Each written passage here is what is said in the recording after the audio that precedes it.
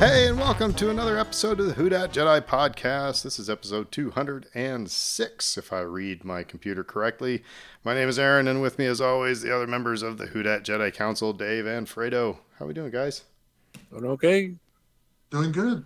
Nola Fredo got called out a bunch of times on Saints Happy Hour podcast again this week. Just saying, he was making some noise. And by the way, I am all for the Irish kicker who can kick one from 65 yards.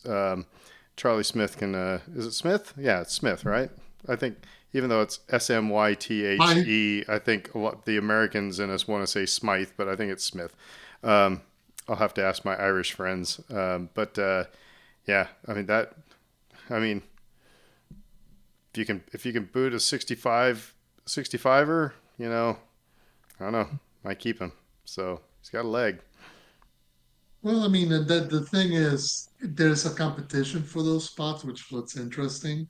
So it's not like, I mean, he's got the leg, but he's got to show consistency, show kind of some poise.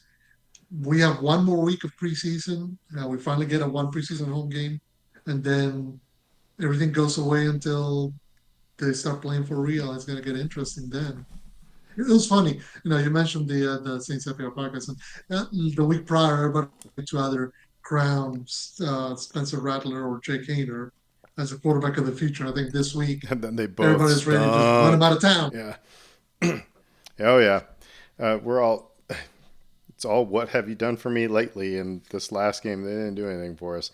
So, we'll see. But anyway, tonight we are going to be talking because we're in tis the season. Actually, Dave said tis the season last week, but that was all about his favorite time of the year, which is Oktoberfest, because of good beers. And actually, he is drinking a Gnarly Barley Fest beer, right? I am. Free commercial. There you go. Though if they want to sponsor if they want to us, sponsor us, I'll wear their T-shirt. Yeah. I don't care. But we will take free beer. That's we right. will take free beer as payment. But actually, 'tis the season. Every 4 years, the insanity of political conventions and voting and stuff like that. And so I just kind of threw out the idea. It's like, why don't we talk about politics and Star Wars? That's what everybody wants to talk about, right? Is politics. That's probably one of the more heated conversations since, well, I'd say since the prequels, because I don't really think anybody really hollered about it in the original trilogy. We'll talk about this here in a little bit, but we're going to talk about the good, bad, and the ugly of politics and Star Wars.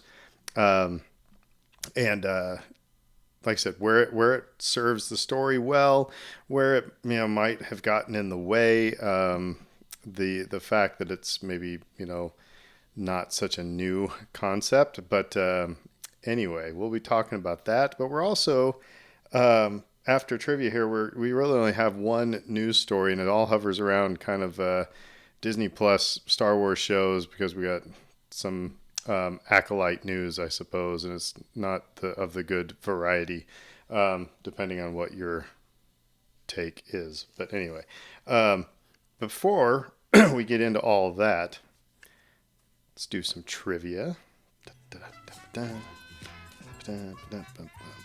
Okay. Dave, I'm going to go to you first. What condition is C-3PO complaining about just prior to his oil bath on Tatooine? Let's pause for the dirty minds to kick in here. What condition is C-3PO complaining about just prior to his oil bath on Tatooine? I think he said that his joints are almost frozen. I'm going to accept that because I agree with that. That was going to be my answer. My joints are almost frozen. The answer on here, it says dust contamination. I almost want to call shenanigans. That's exactly what it was. Yeah. However, okay, so as an aside, have you ever seen the Topps Star Wars card Oopsie with C-3PO from actually this very scene? No. Fredo, just we'll just hold the phone here while you Google that. Just C-3PO card variant or Oopsie or whatever. Top C3PO error card. Oh, Yep. it's on sale on eBay. Let's see. Oh,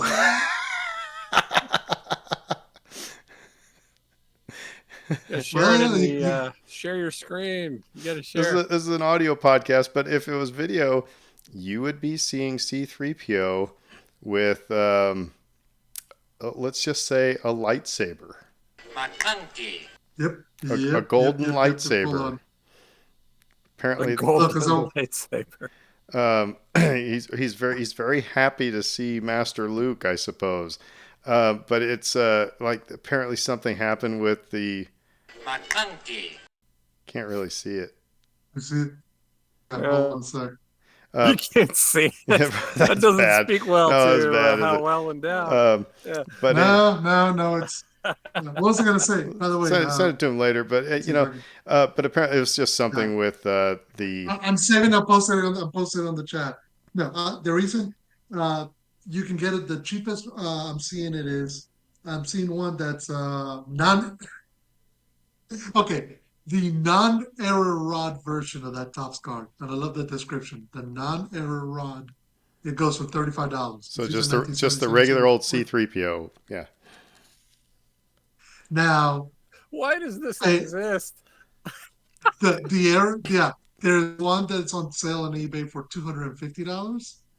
And if you really want one that's graded 9.0, so good quality for a nearly 50-year-old piece of cardboard with a beloved character having a very happy moment, $1,300. It's the only thing. So it could be yours if you. Apparently, it's the only thing that Anthony Daniels will not sign. And apparently, I've heard stories that Ah, he ah. actually somebody wanted to get him to sign it, and he tore the card in half. You just heard how much Oh, how much they spent for it, and to have him rip it up. But no, apparently it's just like a apparently you know in the development yeah. process. It just um, but yeah, it's out But there. So my only thing is, and looking at it, I'm just kind of stunned, I can't believe you guys never heard that of it's this. no, but I'm also I can't believe it went out. Like actually no, I should say because Topps is back even back then. I mean, they're one of the biggest card makers. They used to make cards, Yeah. baseball cards, football cards. You've heard of the Billy Ripken F face error card, right? Mm-mm. 1988 or 87. Nope. Cal Ripken's younger brother's in the Orioles, and apparently he's holding up his bat, and at the base of his bat he wrote F face. So if Okay, I get it. so they had to go back. They had to go back and spread those back and Well, digitally erase my that. brother has a Hank Aaron card that has him. I can't remember if Hank Aaron was right-handed or left-handed, but whatever he was, he's holding the bat in the opposite. So it was just the Mhm. negative was flipped. So my brother has that card, but I mean, I'm sure they were just cranking out anything Star Wars and not even worrying about. And then yeah, somebody probably saw it. Phrasing, phrasing. Cranking out. That's right. But anyway, I can't believe you guys never thought. Okay, so now everybody who listens to this is going to be googling C3PO, error card. Um, but yeah, I think they call it goldenrod. Actually, now I think about it. Yeah, the goldenrod. Anyway, Yeah, the goldenrod and the error rod. all right. So that was to Oh Dave. my Let's God. go back to trivia. Back to our regular scheduled program. Fredo, what color are the uniforms Mhm. of the Emperor's Royal Guards? Come on. What's the color of the Emperor's Royal Guards uniforms? I'm gonna go with a lovely. I'm gonna require the correct answer here. Oh, and this they don't have the Oh, so correct I answer can't. on here. But So, anyway, so I can't just say red. I'd be okay, done with that's it. what the card says, so we'll go with red, but it's actually crimson. Is it like crimson? Yeah, crimson red. Anyway, he got the softball there, Dave. You got dust contamination, and he got what's the Royal Guards? I, It was my we got turn. It there. was my turn. Yeah, we got there. All right. Well, thanks for mentioning me on Twitter there. I just came up on my Apple Watch. I just see 3PO. That's funny. That's like things I didn't know existed. Thank you. because I didn't know it existed. We're all going to get blocked on Twitter for get thrown in Twitter jail for the evening. To me, Yeah, who does Luke Skywalker address as Exalted One? Who does Luke Skywalker address as Exalted One? That would be Jabba the Hutt. Is Jabba the Hutt? Pizza the Hut. Pizza the Hutt. So, all right. Well, yeah, two softballs and a um, unfair dust contamination. I would have said joints are frozen. I guess he said I have bad case of dust contamination. Is that what? I don't know. All right. So anyway, okay. Bit of bad news in the realm of recent Star Wars shows. The Acolyte is not. Is it official, or is it just so many people are reporting on it? We're just assuming it's official that No, Acolyte I'll is go to not the getting a second season. no, I'll go to the official source which broke the story, which was Deadline. 3 days Yeah, ago. I don't think Star Wars has announced it. If that's what you're asking, if That's my point. Lucasfilm has Yeah. announced it, yeah. Yeah, But no. reputable news organizations have reported this. So the way it goes, Deadline 3 days ago broke the story. The headline was The Acolyte canceled, no season two for Disney Plus's Star Wars series. They go exclusive, so they're the ones to break this. The story of The Acolyte will not continue, with Lucasfilm opting not to proceed with a second season of the Star Wars offshoot starring Amanda Sternberg, sources tell Deadline. Word of the decision comes more than a month after the 8 episode first season of the series from creator, director, showrunner Leslie Headland wrapped its run on Disney Plus. They continue. The news is not entirely surprising. The Acolyte did okay with critics, earning a 78% on Rotten Tomatoes, but divided the Star Wars fans, which was reflected in its overall viewership. Driven by interest, it got off to a strong start, generating 4.8 million views in its first day on Disney Plus, to rank as the biggest series premiere on Disney Plus this year. It rose to 11.1 million views globally after 5 days of streaming, but it could not maintain this momentum, dropping out of the top 10 in week three and staying off before returning at number 10 after the release of the finale, believed to be the lowest for a Star Wars series finale. Then have the deadline also gets into like fellow global streamers, Netflix and Prime. Disney Plus has a high viewership threshold for renewing high-end, big budgeted series that cost well above 100 million a season to make. And that's one of the things that has to be mentioned.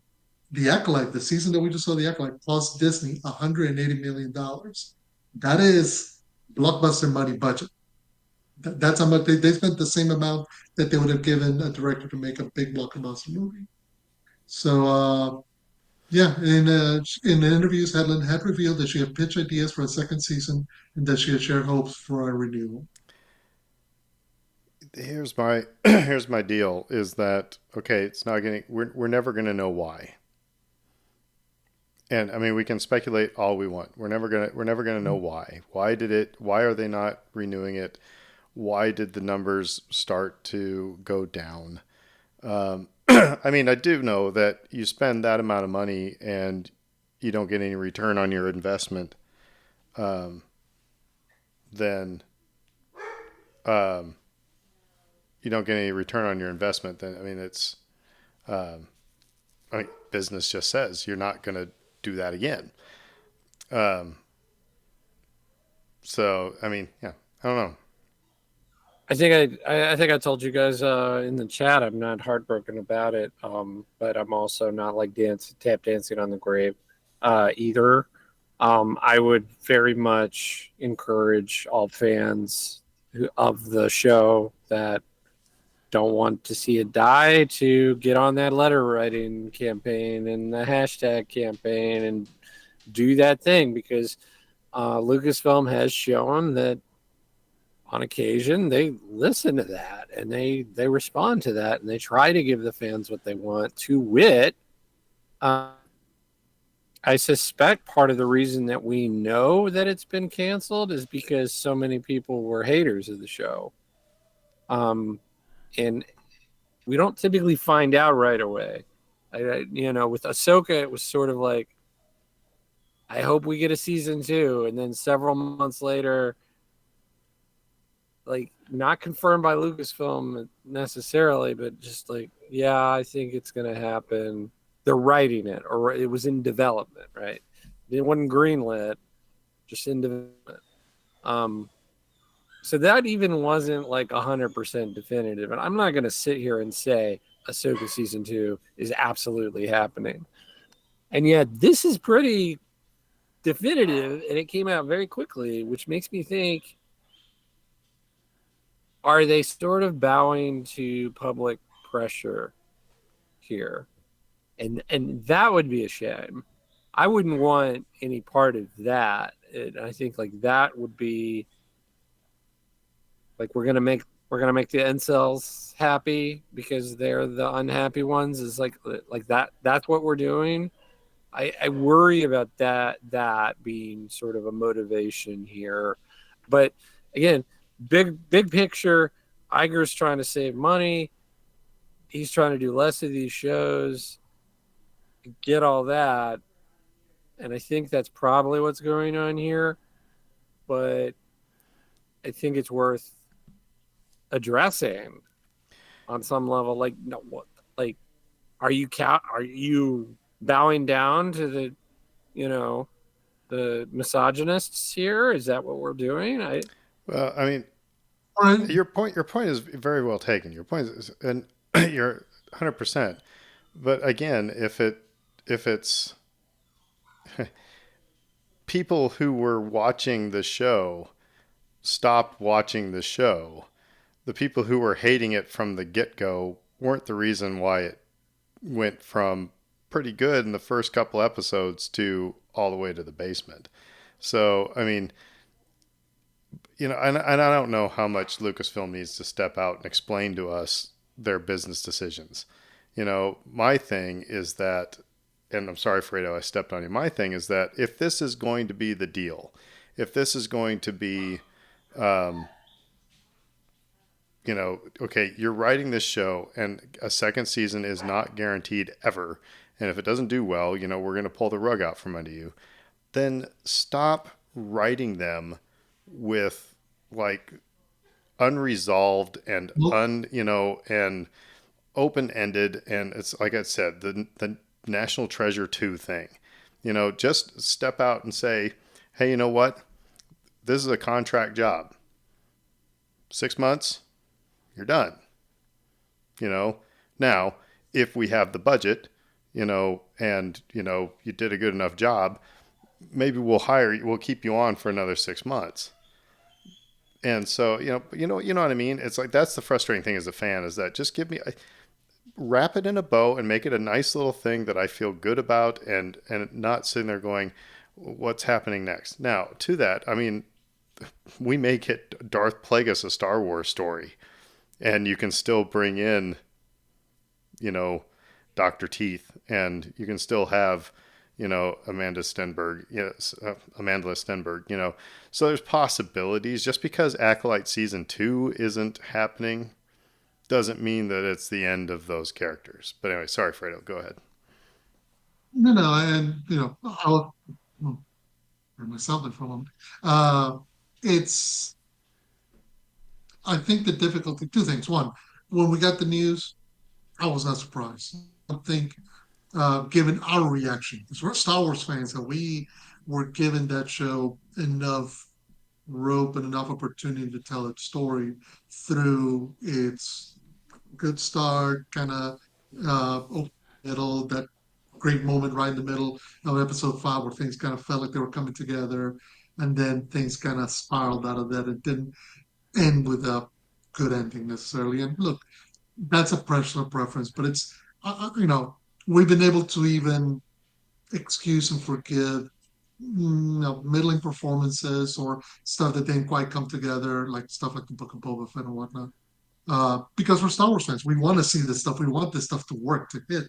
We don't want it to be disappointing. Unlike the incels that Dave mentions, and the neckbeards and the internet trolls who make money off of rage bait videos, we want this to succeed because we're fans, first and foremost. We want it to be good. We want it to be uh, a thing that people connect with and continue to enjoy. So the fact that it didn't, or it didn't with enough people, is a disappointment. Obviously, doesn't mean that the story cannot continue to be told. Amanda Sternberg has this idea. She can write a book, she can write a comic book series, she can do all that stuff. I did want to bring this other point though, because we're making it all about just the Acolyte, and Forbes has a really good roundup where they kind of point out Disney moving, transitioning Star Wars to the big screen. Because here's the running list of all the Star Wars shows on Disney Plus. They go, The Acolyte, canceled. Skeleton Crew, which is coming up, is a limited series. In other words, this is not a guarantee that they may give us a season two. This may just be six, eight episodes and done. Andor was always meant to be a two-season show. Second season comes out next year, then it's done. Obi-Wan Kenobi, they have Ewan McGregor and Hayden Christensen out there promoting the idea of doing more, but that was a limited series and no movement on that. Book of Boba Fett, not getting season two. The Donald Glover Lando Chronicles, that's apparently now back to the idea of being a movie. Rangers of the New Republic disappeared a long time ago. And now there's The Mandalorian, which we're getting the movie with Aaron's favorite movie title ever, Mando and Grogu.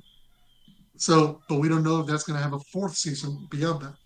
So that really right now leaves for this Star Wars content only one show, and that's Ahsoka, which is getting a second season. That's it. Everything else that we know about Star Wars has been Daisy Ridley's movie, Mandalorian and Grogu, James Mangold's Dawn of the Jedi, the rumored Taika Waititi stuff, the rumored Rogue Squadron stuff. So it might be. I mean, we're looking at it from the standpoint of saying, well, it didn't hit enough with the audiences. People were and on the fence about the Acolyte. It died because of its own causes. This might be a bigger symptom of Bob Iger and Disney going, you know what? We bought this IP to put it on the big screen. And if we're spending big screen budgets to make this, it makes sense for us to put it on the big screen. So we're So going to transition out of Disney Plus and back into the big so screen. so Bob Iger is sending Star Wars back to the office, huh? Um, Mm-hmm. but here's the other thing is that I nobody ever said, I don't think Disney ever said this is going to be Disney TV or this is going to be Star Wars TV. We all made that paradigm.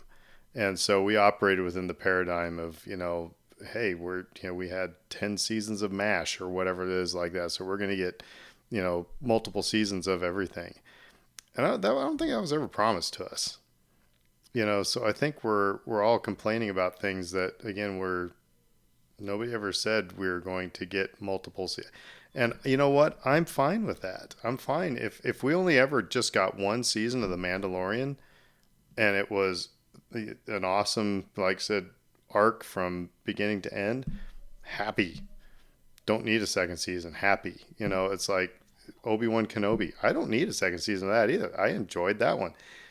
So, and I think I do want to remind us all that if we go back and listen to a previous episode of ours, we all gave reasons why the Acolyte really does not deserve a second season. If you want to, we gave reasons why it was just not really all that good. You're right. We're hopeful. It's like I'm sure it's like there are many parents out there that really would really like their kid to be the best baseball player, but you know what? They can't hit a ball to save their life. And it's nothing that they did. It's just you're not a good baseball player. I don't think they connected with this show. Yeah, I mean, there was the internet trolls right off the bat, and that's awful. But I don't know in this case if that's what caused this thing to tank. I think the plummeting TV numbers is like clear evidence that supports what you're talking about there. Um, if I could have a brief tangent, though, I wanted to mention I've been reading the Heir to the Empire trilogy, and I'm continuing to like work my way through that Legends material. And I just really wanted to like sort of mention that I like that title of Legends, um, as though the stories are not, entirely reliable, or at least the reliability depends on the narrator, and you don't know how reliable that narrator is, as though the stories have been passed down through generations and retold, and you get these different sort of viewpoints on Star Wars that just, may or may not be true, and it doesn't matter. um and I like that a lot. And I feel like even if this show ends up in that sort of area for people, like, honestly, like, Disney, sometimes they take their shows and they take their material off of Disney Plus. They just, Well, but if they if it's they did if it's that with not their, popular enough, they just take it off of and they there. also did that with their VHS stuff and their DVD. I mean, it's like, Uh-huh. and it's a marketing thing as well. It's like, so Right. you take it off the shelf, and then when Robin Hood comes back, it's like, oh my god, I gotta buy it, because I might not ever be able to do it again. So That could happen here, and I right, wouldn't be surprised if it were to happen. I also wouldn't be surprised if, like, a huge letter writing campaign and everybody gets it saved or whatever. It's like it could go either direction. It could land somewhere in the middle. But I think, like personally, that's okay if it's sort of legends or not canon. It's still it was still an interesting story in that they were trying to do different things with this universe, and they were trying to tell us things from a viewpoint that hadn't shared their story before. And again, like, I appreciate all of that, and I think, like, anybody that this series spoke to them, um, my heart goes out to you a little bit on this. Um, but at the end of the day, some of this stuff is going to uh, be more official than others, yeah, and I don't even know, like, what that even how important that should be to anybody. So if you're reading Heir to the Empire and that means something to you, it shouldn't mean, like, any less because Lucasfilm today doesn't say that it's an official Star Wars right, story anymore. right. So Hey, And no, I but would add however, just I have to get this out real quick. Um, that we got to play a game in behind door number one. Let's make a deal. Behind door number one, we have Acolyte season two, and behind door number two, you have Solo two. Um, Solo. And then we don't know what's behind door number three. Which one would you take? The door number three is just for it'd be fun hard. It would be because it's hard going to to be a turn goat. down But Solo too. I mean, but honestly, go ahead, Fredo. I was just gonna say door number three. You know, Yeah, yeah, it that's my point. Is that it's like you talked yeah. about letter writing campaign. I mean, how long have the the Resistance broadcast? They've been lobbying for make Solo 2 happen. They've got Jonas like retweeting it and everything, and people on Lucasfilm actually even acknowledging it. Um, and like I said, so they've entered the chat. They want to talk. Um, so I just think that we should just rejoice that we get new Star Wars. We don't need a second slice of pizza when the next thing that's coming out are buffalo wings, and then we don't need more buffalo wings if the next thing coming out is jalapeno poppers. It's like we just keep getting good, greasy, awesome stuff. You know, don't give me. I don't need a second hamburger. You know what I mean? It's we're getting we're getting good stuff. I just wish, I'm going to say it again, and then I'll shut up about it. If that's going to be the case, please write it so in the vein of A New Hope, where you can maybe leave the door open a little bit, but don't leave the doors, windows, and the car doors open, and just wrap up your story and just leave it a place where you can, if you get a chance, then you can continue. But anyway, Fredo. Yeah, I was going to say, I think in some ways the difficulty, and you're right, this is the difficulty. You're getting more Star Wars. You're getting, you know, personal taste aside, you're getting good Star Wars.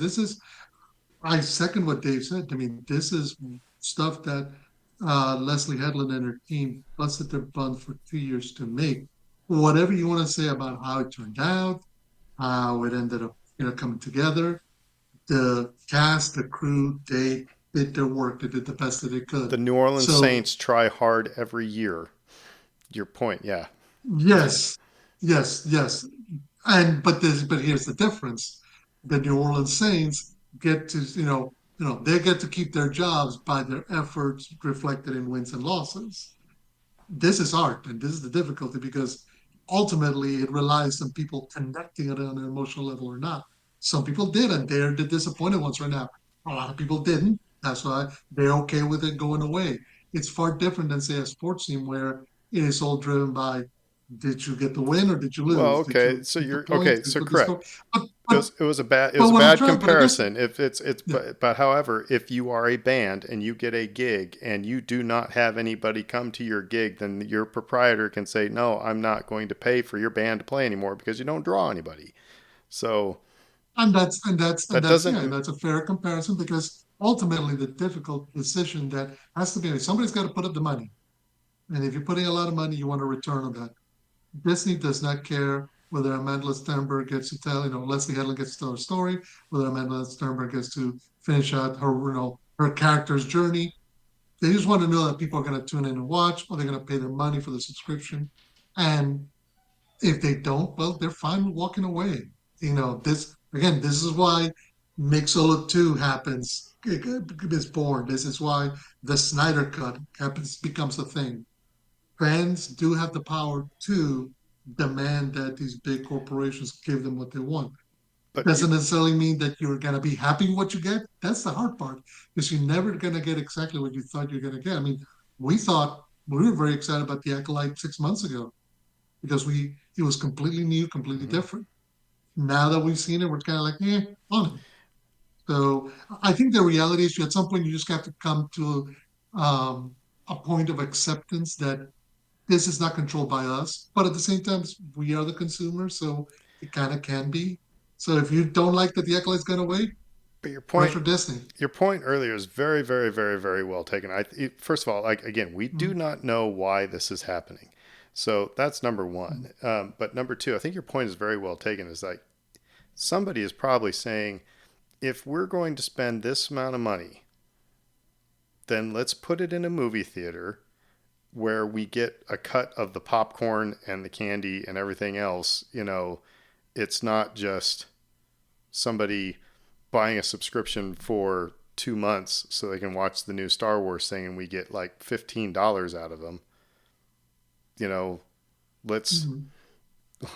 let's get $15 for each person who's in that family who's going to go watch the new Star Wars thing. If we're going to spend $180 million, which I think is the number that they spent on the Acolyte, Mhm. The Acolyte. then let's Mhm. put. I agree with you. Let's put that in a movie theater. Because then they get probably more money, and then they get to put it on DVD or they get to put it on their streaming service or whatever, and double dip. So I mean, corporations are greedy, folks. They want their money. So Go ahead, Dave, and I'll follow up. Uh, Star Wars hasn't jumped the shark for me, and I don't think it ever will. My questioning of that very question of like, oh God, Star Wars is dead to me, um, occurred I think once in my lifetime, and it was with the Last Jedi, because that was such a challenging movie, and it had such glaring flaws that I debated that. I wrestled with that. Am I done with this? Should I be done with this? Is this taking up too much of my emotional bandwidth? And I said no. No. Ultimately, I decided that I liked what we got, um, and I haven't wavered since. And like the acolyte's gonna not gonna make me waver. Like I could hate the next Star Wars thing that project that comes down the road, and I still not going to make me waver because I still like what I like. 100%. And I Yeah. think like and then that's the takeaway, right? Like some things are going to be more popular than other things. Just they appeal to a wider audience, or they hit in a particular way, or they're made better, or whatever. Um, and this one is just the the audience has spoken, the company has spoken, um, and we'll just sort of see what happens from here. Like will it be sort of relegated to the dustbin, or will they try to resuscitate it in some way? And I'm I fine get with whatever they do. I'm fine with it. I guess I'll just end on this point. No, no, you're right. $180 million is a lot to spend on something I got to put on streaming. We also have to recognize kind of the environment that Hollywood is currently going through.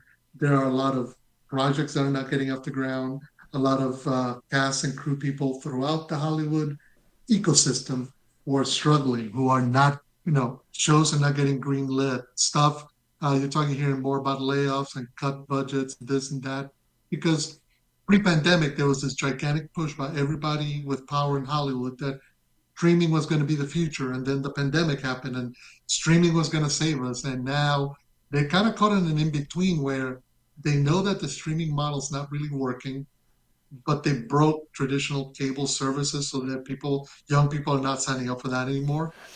But also, once people broke from having to go to the movie theater every week during the summer or the peak season, like, you know, now they're caught in a situation where they're trying to generate all this product so people can throw the money at them, but nobody's really throwing money. So, you know, when stuff like that happens, I mean, you hear about it, whether it's Paramount laying off a whole bunch of thousands of people, Warner Brothers having major issues themselves, Netflix, Disney. These are mega corporations, but when they make a decision and it doesn't pay off, it's usually not the people at the top who suffer for it. It's the carpenter, it's the set designer, it's the costume business maker, it's the writer, it's the actor who then has to go struggle and who know how to eat for the next month or how to make their rent because now they can't afford to put that on. At Disney Plus saying, no, we're not going to fund that. So it's a very complex dynamic. There's never, you're right, we're probably never going to know the reason, because probably it's more than one. It's more than, this is not just Bob Iger saying, the heck with Disney Plus, we're going to put this in movie theaters. It's they're spending this much money, they expect a certain return, and if they're not getting it, but it's also stuff is shifting in Hollywood at this point, and Well, they got everybody's looking out for themselves. we need to shift to the other topic here soon. But my wife and I were talking about this, and just I want to throw this out to you. Um, Now, like I said, we'll never know. Do you think the fact that it was in the High Republic and it was like the first thing that was not within the bookends of the Skywalker saga that was a problem? No, Okay, no, that wasn't the problem at all. Because people tuned in right away.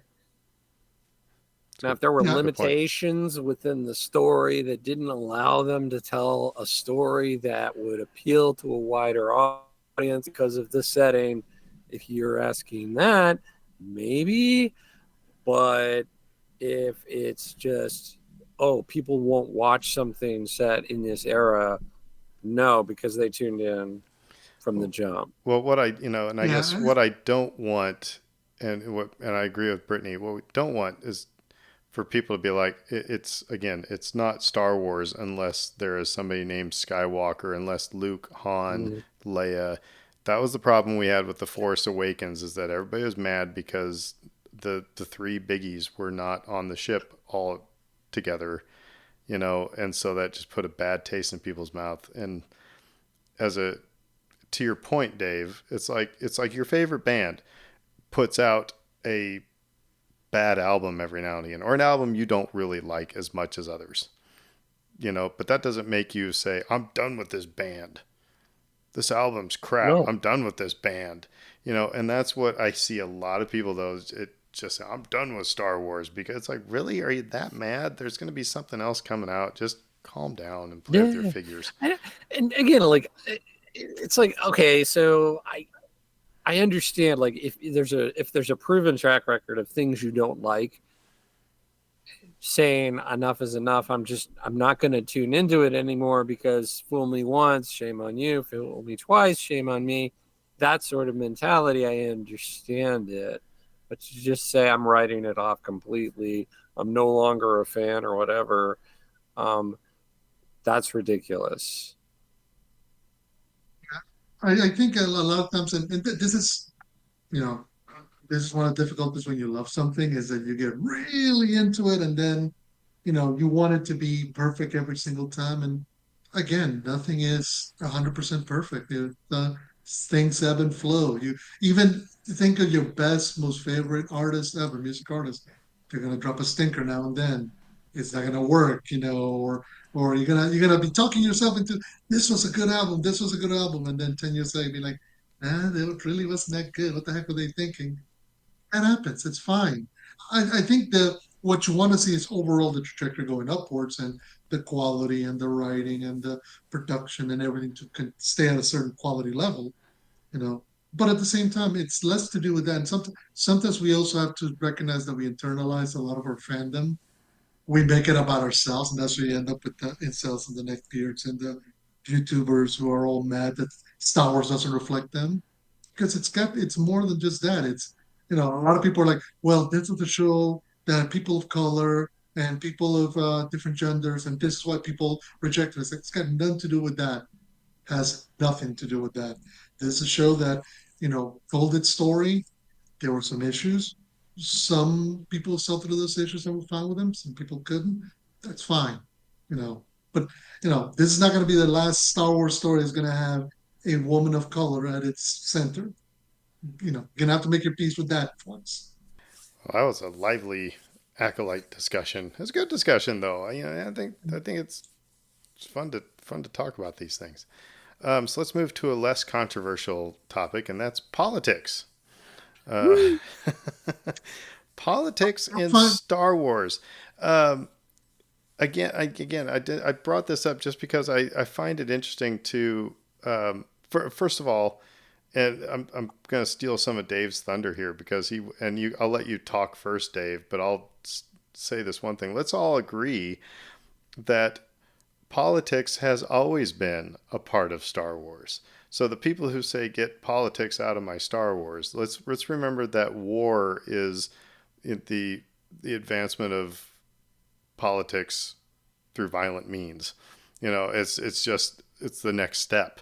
But anyway, so it's in the title, kids. But so I'm going to yield the floor to Dave, because he wanted to talk about this. This has always been a thing, right? Yeah, and I'll even go so far as to say politics aren't the reason that the Acolyte failed either, because it's been there since the beginning. To your point, honestly, George Lucas was essentially giving his dissertation on the Vietnam War with the first movie. First, the trilogy, really. And it couldn't be clearer when you look at Return of the Jedi, right? With the Ewoks, and they're overwhelmed by this technologically advanced opponent who has every advantage, and it's the will of the people that ultimately prevails. And yes, this is very much what the Vietnam War was supposed to teach us all.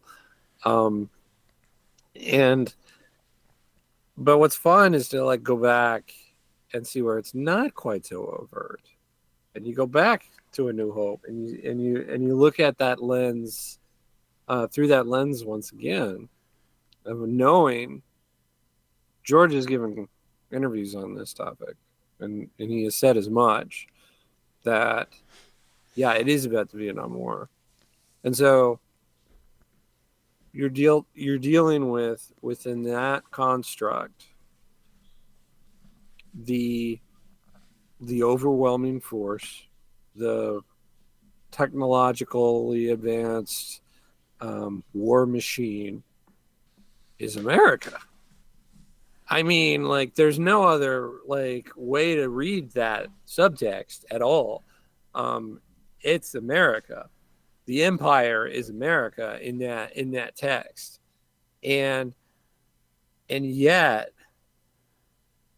it's frothy and fun and Flash Gordony, and if you blink, you miss it. You miss it completely. And I think like that's why this discussion continues to occur and why people make that frankly boneheaded argument that politics doesn't belong in Star Wars is because they think back to A New Hope. And again, it's not overt there. Right. And that's where I want to pick up from where you just Yeah.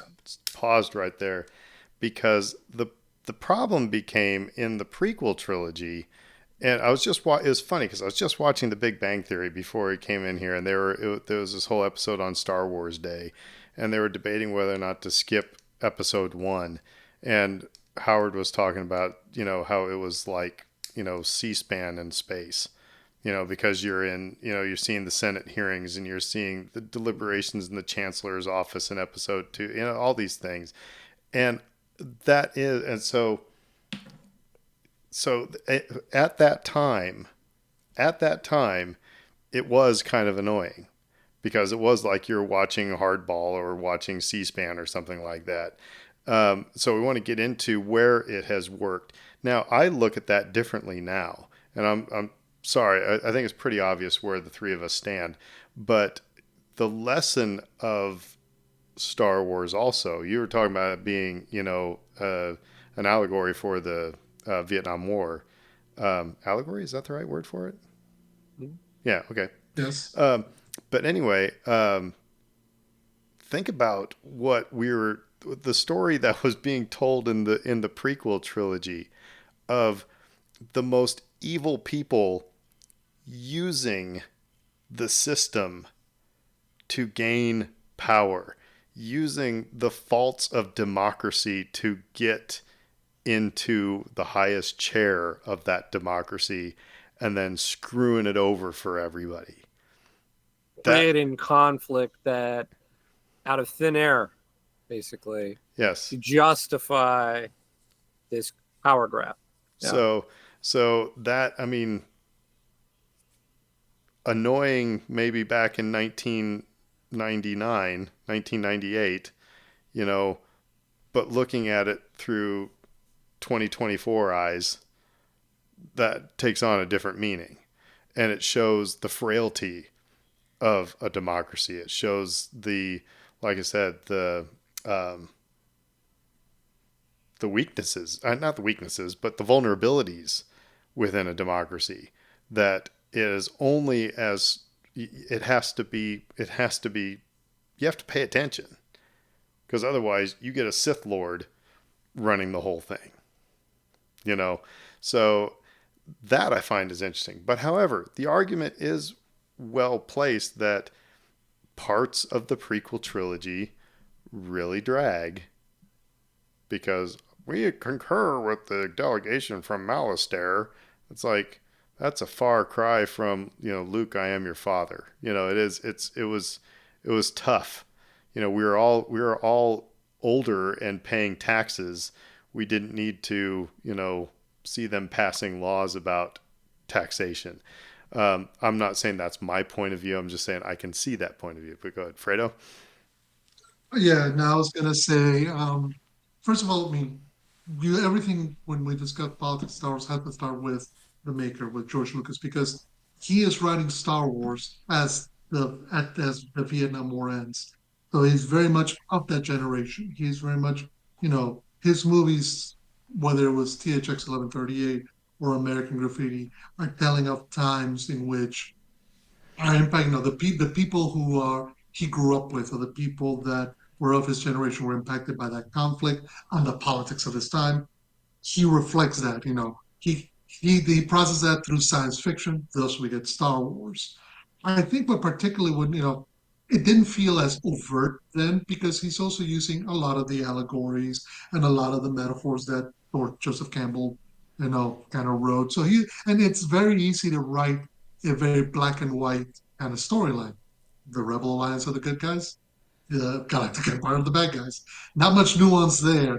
The nuance really comes in Empire when we establish that the face of the evil guys is actually the dad of the good guy of the good guys, the face of the good guys. When Vader reveals that he's Luke's dad, because that flips the dynamic of okay, out of evil can come good, and that's a whole different dynamic. But yeah, a lot of the stuff in whether it's the Rebel Alliance being very much overwhelmed in that number, needing to do everything right in order to get the victories that they get, whether it's the evil empire just being a machine. I mean, it's very much, that's something that Lucas did steal from Tolkien about how bad guys tend to be very much machine-like and just the industry of war, the machines of war churning, just generating endless, faceless automatons to go fight that for you.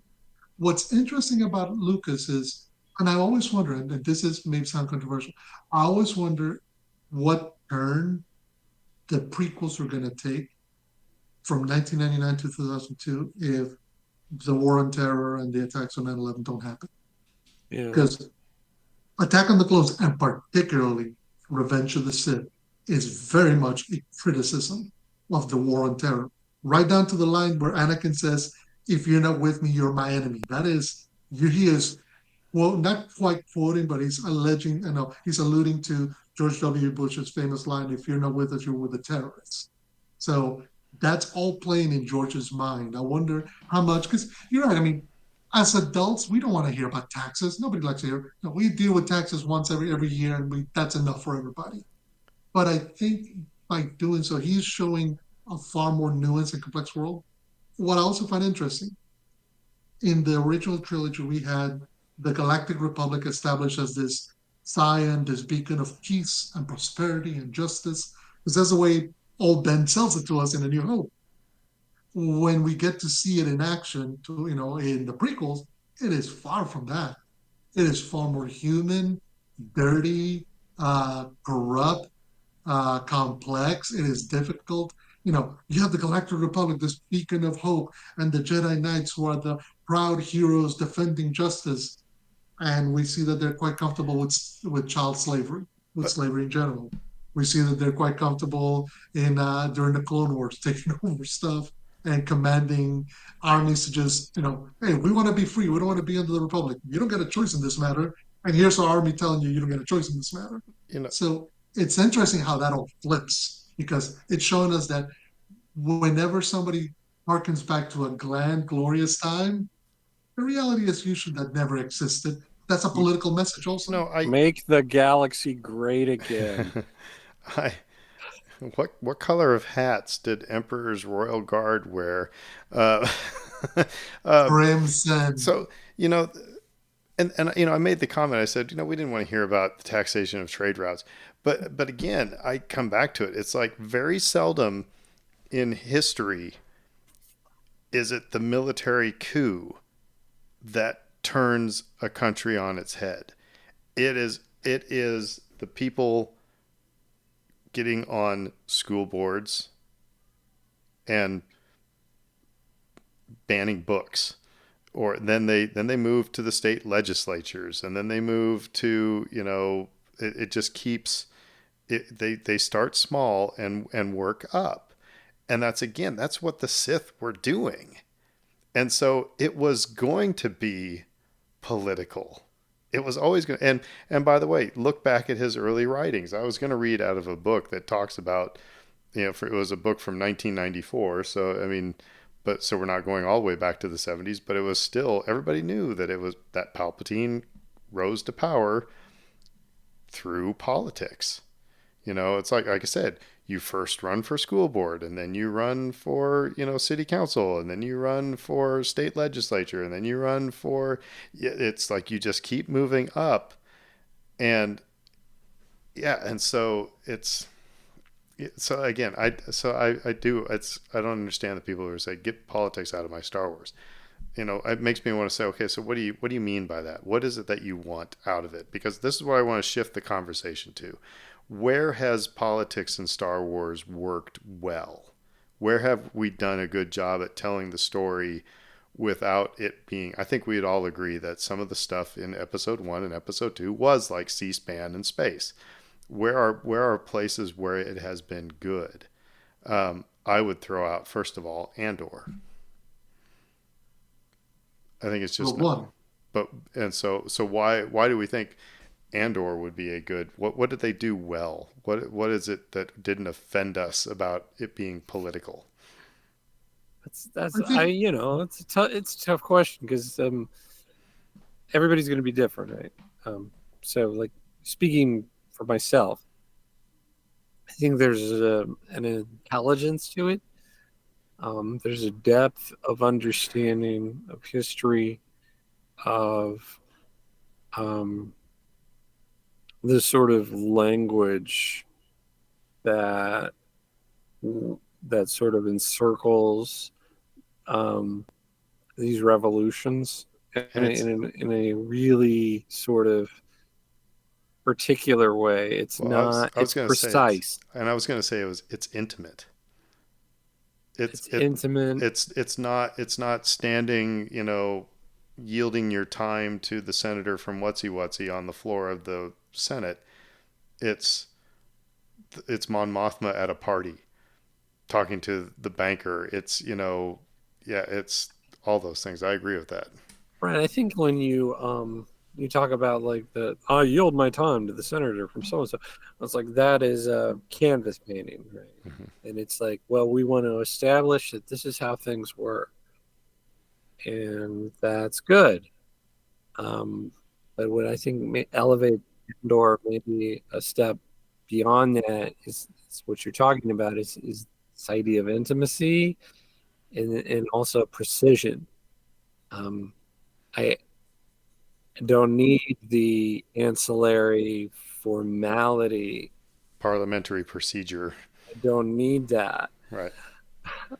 If you're going to tell me what your ideas are about how the galaxy should be, which is, again, a substitute for our world, how our world should be. Um, Well, I mean, Tell even me exactly what you mean. Tell me exactly how you see things working best. And Andor does that. well, and we just got done talking about the Acolyte. The Acolyte did it well with just a conversation with the senator saying the Jedi need to have some oversight. That one scene with whoever that senator was with Vernestra was a probably one of the more powerful scenes in that whole series. That was all politics. Felt like an extension to me of the prequel stuff. Like just very the Jedi are clueless, and here's why. Um, which okay, we've heard that, we've seen that. No, don't tell me that. Tell me why you want to see what exists burn to the ground. Okay, explain to me where it fails, why it's evil, and why what you're proposing is better. And you don't have to mince words. You don't have to establish a scene. You don't have to um, go very far at all with this. I think like specifically, like more than anything else, two things from Andor: um, the speech that we get um, from our main duplicitous dude. Um, I'm forgetting about his name now. Oh, Luthen. Luthen, yes, that, and then also the manifesto from the younger, more idealistic guy who, of course, dies. Um, those two things in particular really jumped out at me from that series. Um, but then, like again, there's this. If I think, like, if you go back and you watch that show, like again, like if we're sitting here and we're saying, like, yes, this did it best.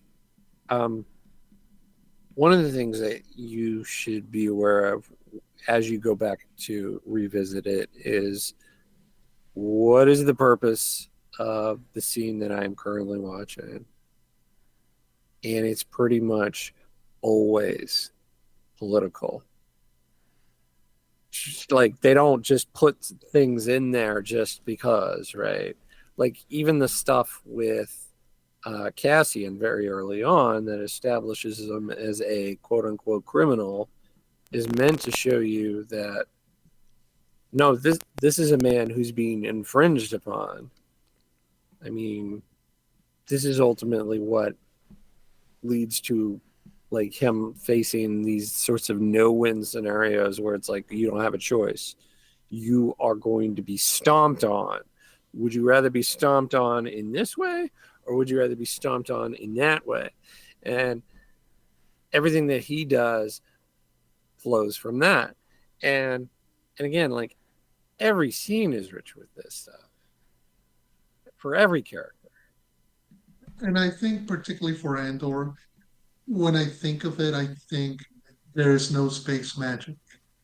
This is one of the intriguing ways in which George hit a lot of his political statements. Is there's space wizards in this. There's laser Excalibur being held aloft. They don't have a Lady of the Lake handing out swords, but they have the iconography, the imagery. Uh, there's princesses and queens and knights. So it's very easy to hide. He had a very easy in the original trilogy to be able to hide a lot of that stuff. Where I think Andor does is that it strips away all that. Andor is a common character. He's a common citizen of the Empire. He's not doing anything epic or grand. He has no great destiny. Most of the characters around him are not of the same. They're not Jedi generals or masters, or they're not super powerful. The most powerful character we meet in that show is Mon Mothma, and even Mon Mothma is living in a gilded cage in a trap because she is hemmed in by the empire. So I think that's what makes when you think about politics, when you use the von Clausewitz quote about it's war is politics through other means, through violence. You know, Andor puts that front and center. And it's why it works so effectively. Because the other Star Wars properties do allow us to kind of put that in the background to kind of be worried more about the mystical elements of the Force, the spiritual elements of the Jedi versus Sith battle. But at its core, and it all goes back to what we see in Andor. We go back to what Luke told Ben in Ben's cabin. It's not that I like the Empire, I hate it, but I'm stuck here so far away. That is the clarion call of every young person who sees injustice in this world and wants to fight it. I'll tell And you. going back to that makes it important because that's the core of Star Wars. I'll tell you where I get a little bit more upset about how they implemented politics into Star Wars, more so than C-SPAN and space, and that's actually in the sequel trilogy, is because they did not have a clear communication of what's going on politically. It's like we have the First Order and we have the New Republic and we have the Resistance. It was like doing calculus in my head to try to figure out how the Resistance played into anything. It was, I mean, that was not clear. It was so, and again, we talk about having to do the summer reading. It's like, okay, so you go read the Aftermath trilogy and it makes a little bit more sense, and Bloodline and all this stuff. It's like, okay, grand. But in the movie itself, so that storyline, what is going on, in the sequel trilogy, it's it's not being helped, even when it's like, well, yeah, it's just yeah, that I don't know. What do you guys think about the sequel trilogy and its use of politics? Do you agree with me? It could have been better and would have maybe helped the story a little bit more. Honestly, and this is one of the issues. I mean, we've mentioned this before. In a perfect world, they would have sat down and mapped out what they wanted to say, how these movies are going to go. The back and forth between JJ and Ryan didn't help any of that. Because you're right, there is an interesting story in the sequel trilogy to speak about difficulties of emerging out of an oppressive totalitarian system.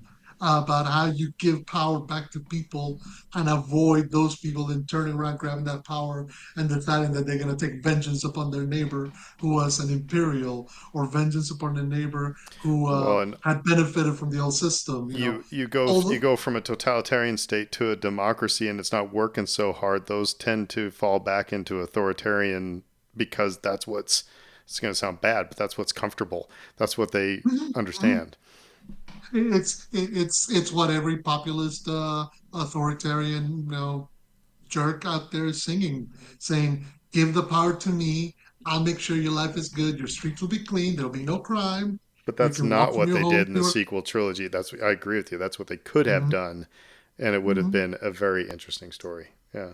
Because it would have been an interesting juxtaposition to present the First Order as kind of champions of order, of champions of uh, a safe galaxy, whereas the New Republic was all the chaos and mystery and complexity of democracy. Because ultimately, this is one of those dynamics that's not easy to, what is everybody says democracy is the best of the worst systems we have Yeah, that was a because all Churchill the other ones quote. are worse Yeah. than it. Yeah, so when you consider it, that might have been an interesting story. Again, none of that got mapped out. JJ just simply took the original trilogy, changed the paint, moved some stuff around, did a few little tricks, and that's what we got. And that's what everybody kind of had to follow him through. But I think it would have been an interesting because, to their credit, the Star Wars writers, creators have done a good job from Aftermath on down to try to explain all why the galaxy got to the state it is. I think something that typically gets lost in these discussions of politics is how it relates to the Force in Star Wars, and how that this concept of spirituality and altruism, these Balance. have really become punching bags um, for the right. I mean, to relate it to current politics in our country right now, the left right now appears to be making hay, uh, particularly with their base, but also I think with some independents, embracing this concept of love, or at least talking about it and trying to get away from some of the negative stuff, and trying to say like, hey, we don't hate here, and we try to bring people into the fold. And um it's very like sort of Jedi force based mentality.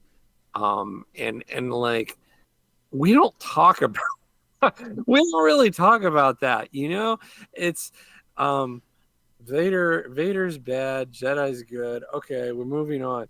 But it's like political factions can either choose to embrace these sorts of concepts of helping their fellow man or not.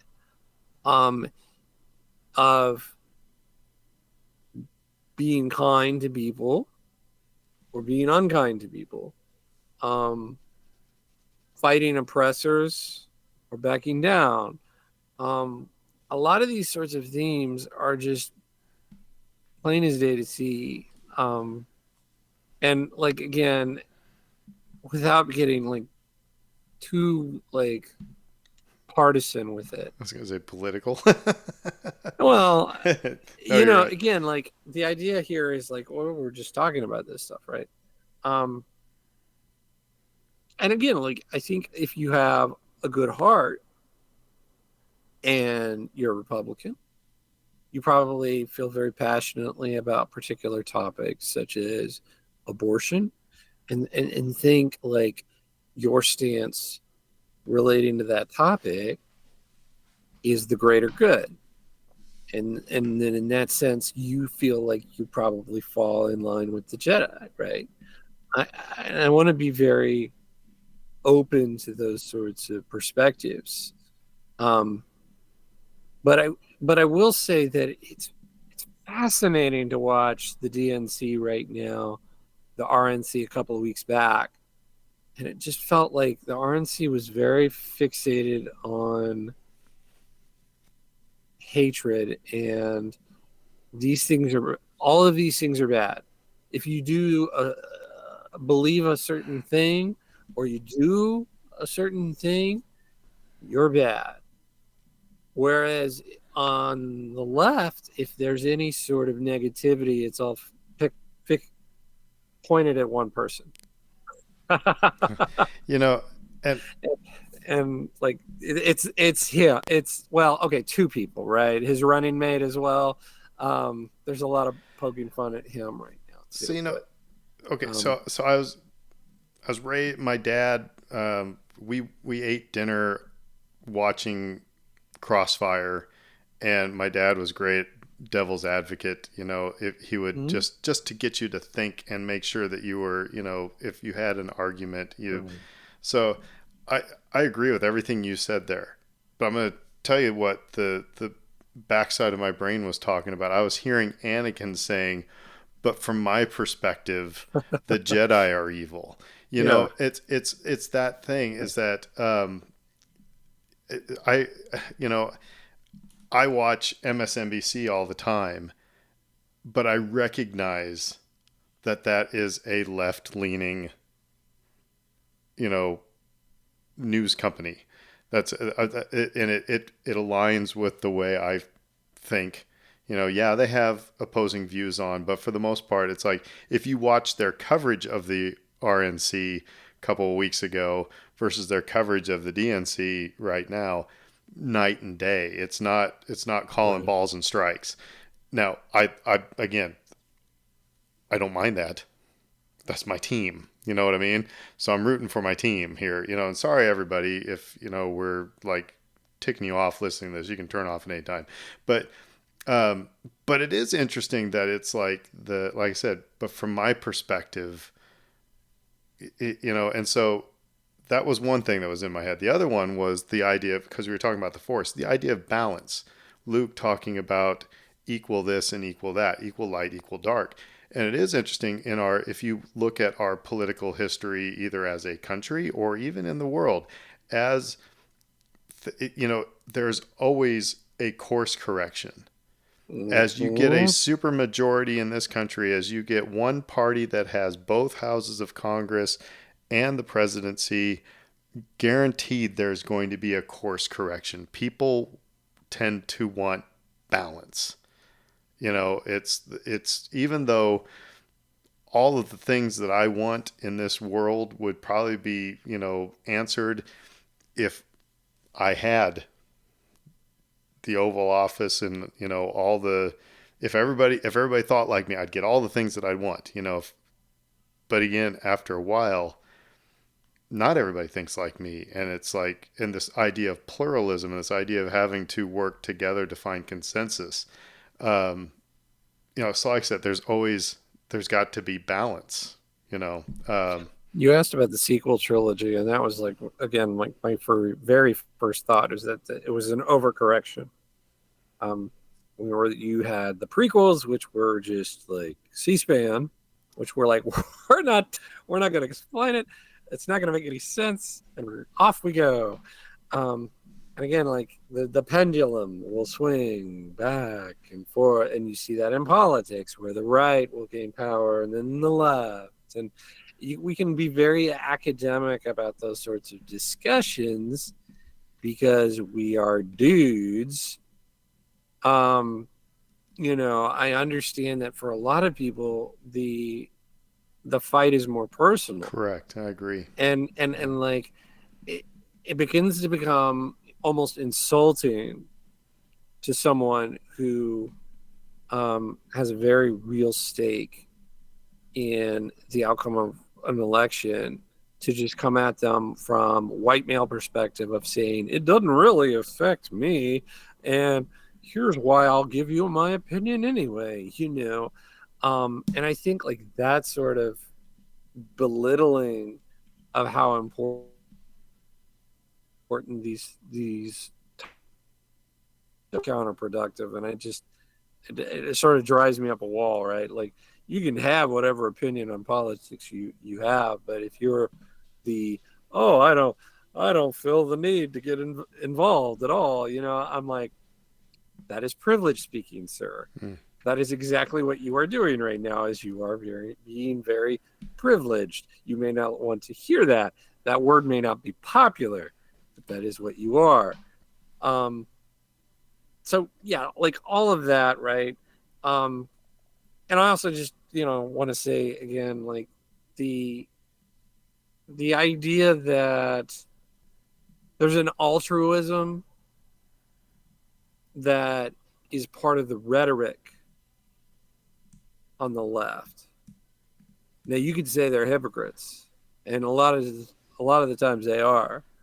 Um, the altruism is not spoken aloud on the right, um, and there are a lot of really good people on the right who give a lot of time and a lot of money to a lot of worthy causes, and they do not deserve to be demonized at all. But when you're talking about like what the language is and what you're hearing, what you're seeing in the media, what you're seeing in these convention spaces, what you're seeing on the campaign trail. And the rhetoric is super negative, and you see it from one side, and you see on the other side more welcoming, positive language. I don't know, man. Like to me, that it feels like a worthwhile um, sort of change to see. And I'm not saying Biden was like some flame troll or anything like that, but like right now, I feel like we're seeing people try to shift into a more positive general um, method of communicating, and again, like welcoming people into that, and um, we'll see what becomes of all of that eventually. I'm going to give Fredo the last word because my network keeps crapping out and we get some holes and some arguments. Most of Dave's bit got there in just fine. But anyway, like I said, I'm going to toss it to Fredo for the final comments of the evening. Sorry, Mike. Sorry. No, no, no, no.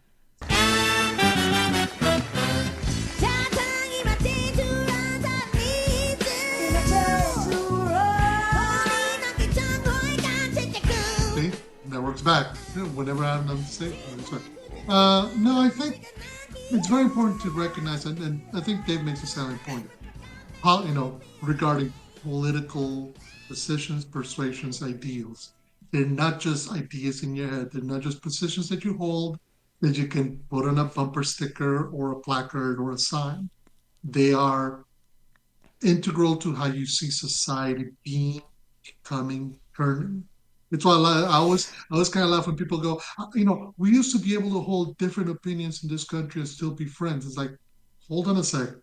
When your political position is that people who look like me should not hold the same level of power as people who look like somebody else.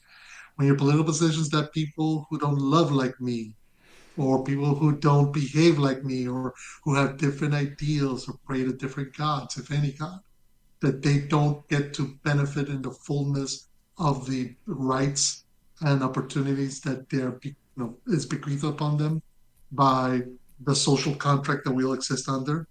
Yeah, I'm gonna have an issue with saying we can still be friends. You'd rather people who look browner than I get kicked out of here, and people who love different people don't hang together. That's gonna be a really big bone of contention between us that might not allow friendship to continue. So all that to say, whenever we see a reflection of the politics that we either support or oppose in our media, it's important for us to recognize them and to do the internal work to assess why that hits us and recognize that it's hitting us for a reason. Maybe the artist is trying to make a message and put on a message or try to convince you to switch to their side. Maybe it's somewhat of a propaganda. Maybe just simply trying to get you to look at the world in a different point of view. Art is tremendous, has tremendous quality to let you do that.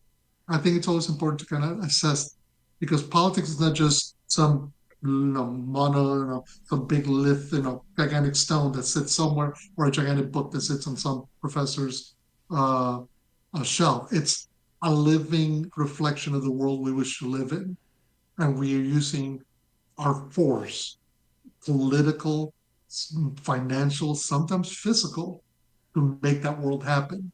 And if you don't think that our media should reflect that, then you're kind of, even that's a determination that says, I want my media to just show me happy stuff and not reflect the world as is or as it could be.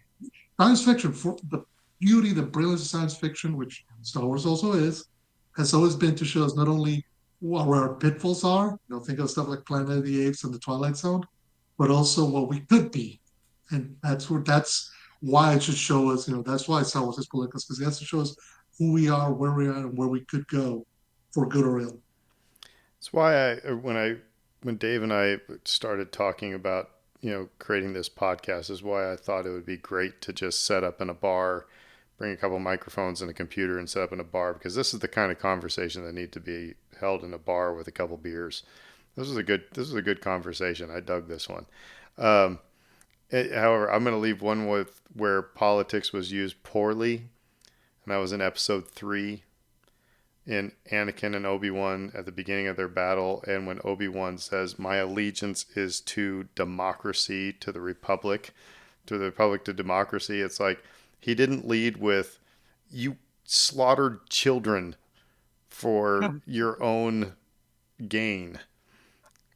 You know what I mean? It was like they went the political route of, I'm fighting you because my allegiance is to the Republic. It's like, no, he's a child killer. That's why you should be doing this. And he just choked out his own wife.